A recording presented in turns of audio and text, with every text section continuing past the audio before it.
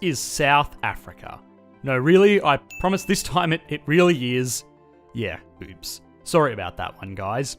Anyway, South Africa is an economy that is really important to understand as a kind of potential outcome case study of an inequality system gone bad. The nation itself, on paper at least, is not so terrible. It is actually one of the wealthiest nations in all of Africa, trading back and forth quite frequently with Nigeria.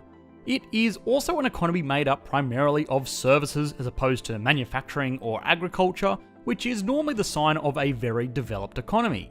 To top this all off, the nation is blessed with an abundance of natural resources, particularly extremely high value commodities like platinum, gold, and diamonds, which are very easily traded amongst its balanced portfolio of trade partners. What is more is that it is not overly dependent on any of these natural resources to prop up its economy. Sure, they help, but the nation still has other industries that employ more people and produce more wealth for the nation overall.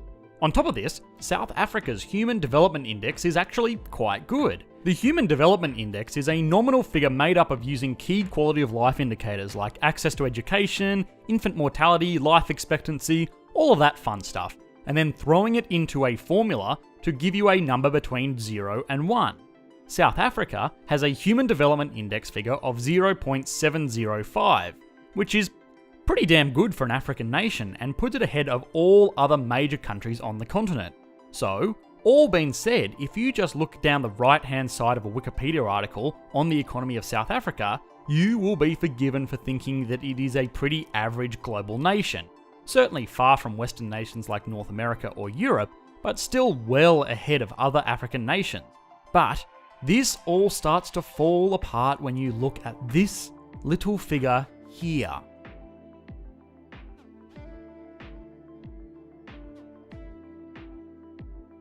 We have explored the Gini coefficient on the channel before, but a brief rundown is that it is a number between 0 and 1 that nominally signifies how equal a country is.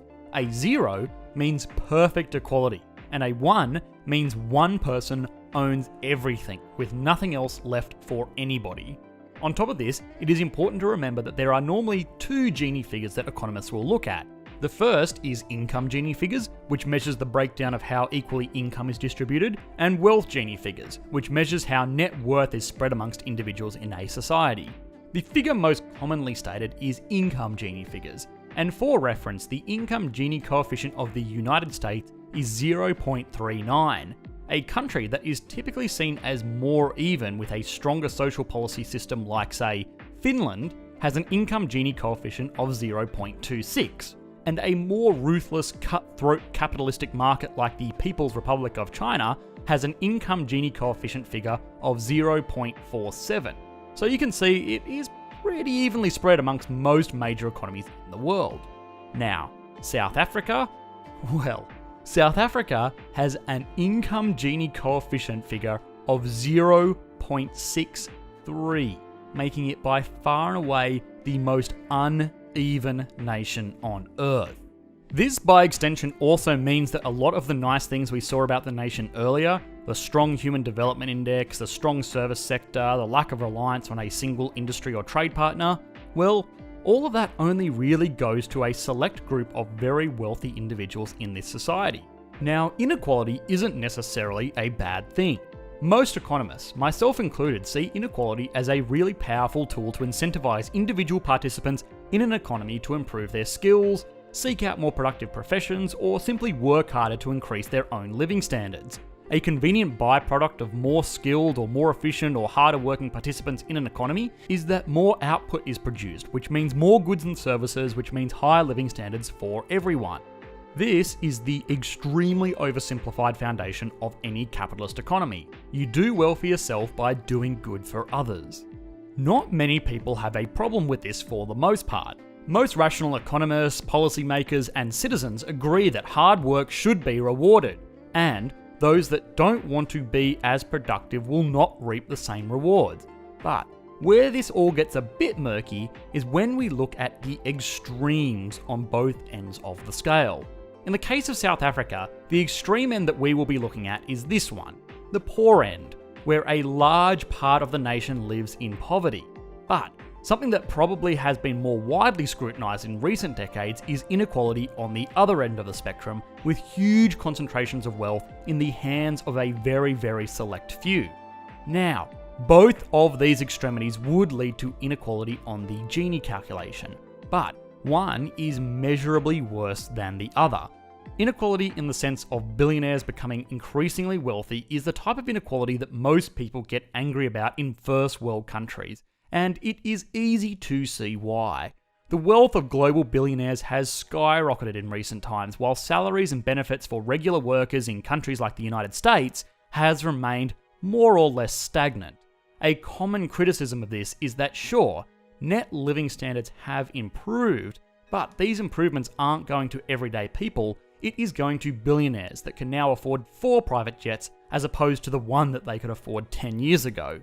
This kind of inequality does cause social issues, and also quite a bit of contempt where wealth is in turn used to influence policies to further the advantages that wealthy individuals have over their peers. But for the most part, extreme concentrations of wealth don't really hinder net living standards. Macroeconomists are a bit of a cold-hearted bunch. We don't really have time to assess the feelings of each individual participant in a society to make sure that they are satisfied with their allocation of goods and services. For the most part, macroeconomists are pretty focused on growth. Growth measured by the change in gross domestic product, which is more or less a function of how many people are out there buying and investing in things. GDP figures don't really discriminate between a billionaire buying their second mega yacht or 200 families buying their first home. It is all the same to a GDP calculation. Now, this model has limitations in and upon itself that will be explored in a video all by itself. But all other things being equal, huge concentrations of wealth doesn't mean anything so long as money is changing hands. This is all great for an economy like the United States, but this isn't necessarily the problem in South Africa. South Africa is only home to 6 billionaires, and one of those is Elon Musk, who probably wouldn't really call South Africa home anymore. What South Africa does have, though, is a small group consisting of about 2% of the population that lives similar to upper middle class Americans, which lies in stark contrast to the rest of the population which lives similar lives to their peers in neighbouring African nations. The big and obvious reason for this is the hangover the nation has had with strong social policies that dictated there were 2 distinct classes of citizen in the nation. The cycle of poverty is very hard to break. The biggest determinant factor of if someone will be wealthy today is if they were born wealthy. It is something that sounds so obvious that you would probably roll your eyes at someone pointing it out. But in nations built on the idea that anybody can end up anywhere depending on how much effort they put in, it does sound like a factoid that shouldn't really be true. The issue is that wealth begets wealth, and poverty, especially absolute poverty, begets poverty. As of 2018, more than half of the nation of South Africa is living on less than $5.50 a day, which is the World Bank's threshold for absolute poverty. What makes this concerning is that this is one of the few countries where this figure is on the rise.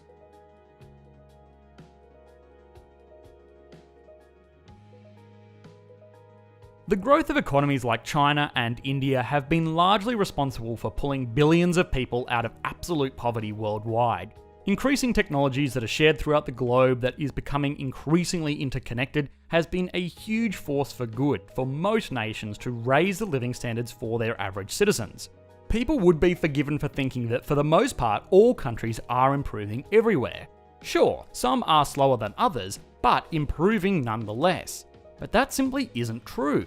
South Africa is going backwards, and here's why. The first cause is one of the negative side effects of inequality. If you have inequality to the point that it is pushing a large portion of your population into relative, or even worse, pushing parts of your population into absolute poverty, you will find that your workforce becomes less productive. People won't have the same access to education, so they won't be able to move into more technical professions. They won't have access to decent nutrition or healthcare to make sure that they are working at their potential in any roles that they do go into. And they also won't see any kind of social mobility that would encourage them to work a little bit harder for a shot of improving their quality of life. When inequality raises individuals up miles above everyone else, it causes social issues. When inequality pushes everyone down below a select group, it causes economic issues. Another major issue is, of course, the inherent instability in the nation caused by this inequality. Now, without sounding like a broken record, regular channel viewers will of course know that stability is the foundation of any good economy, and South Africa has been for the most part very unstable in recent decades. Large political changes that have dictated the modern history of South Africa have been very unsettling to the powers that be within the nation. Now, things like the ending of apartheid and the election of Nelson Mandela were of course huge social victories for the nation, but it did give rise to something known as capital flight. The mostly rich, mostly white individuals that made up the residency of gated communities feared the rising crime and civil unrest that a lot of these policies have caused. Today, South Africa is home to a lot of wealthy people, but their lifestyle is somewhat limited. They live in gated communities with armed guards and genuinely have to take precautions about where they go out of fear of being kidnapped or robbed or carjacked. Crime in South Africa, particularly around population centres like Johannesburg, is very high. And while any kind of violent crime is inexcusable, a lot of this is caused by the close proximity of millionaires with people that are struggling to feed themselves. Oftentimes, criminal acts are the most lucrative form of employment available to the citizens of the nation.